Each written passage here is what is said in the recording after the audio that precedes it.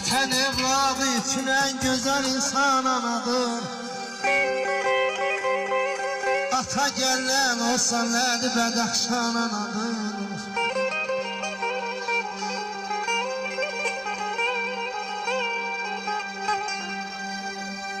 Vətən evladı üçün en güzel insan anadır. Ata gələn olsa nədir Bədəxşan anadır. Olsa da vəfasız olur her gece öz keyfinde, gözü yollarda kalan kalbini yaralı.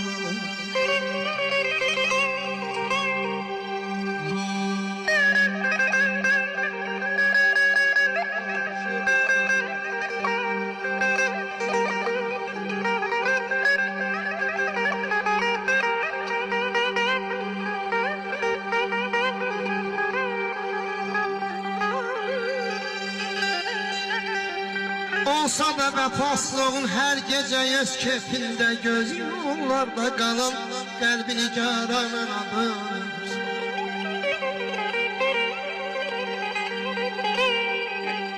Dağ başı qala yeri, gəz dolan qala yeri.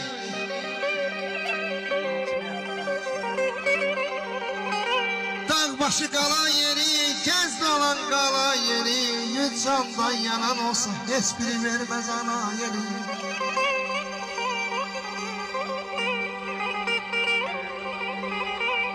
Qəmli baxışların düşür yadıma, baxışına qurban olum ayana. Pis günümdə leysan olub yağmışsan, yağışına qurban olum ayana.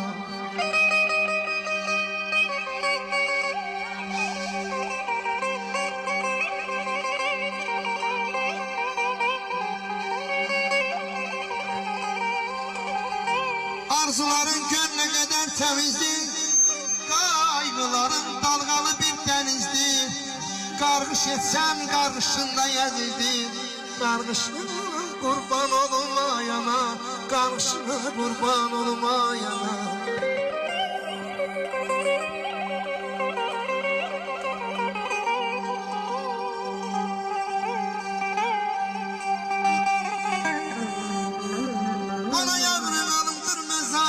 Al koynuna bir de mənə layla de. İntizarım çoxdur intizarından. Körpə balan kimi mənə layla de, yana layla de, yana yağrı qalıb layla de.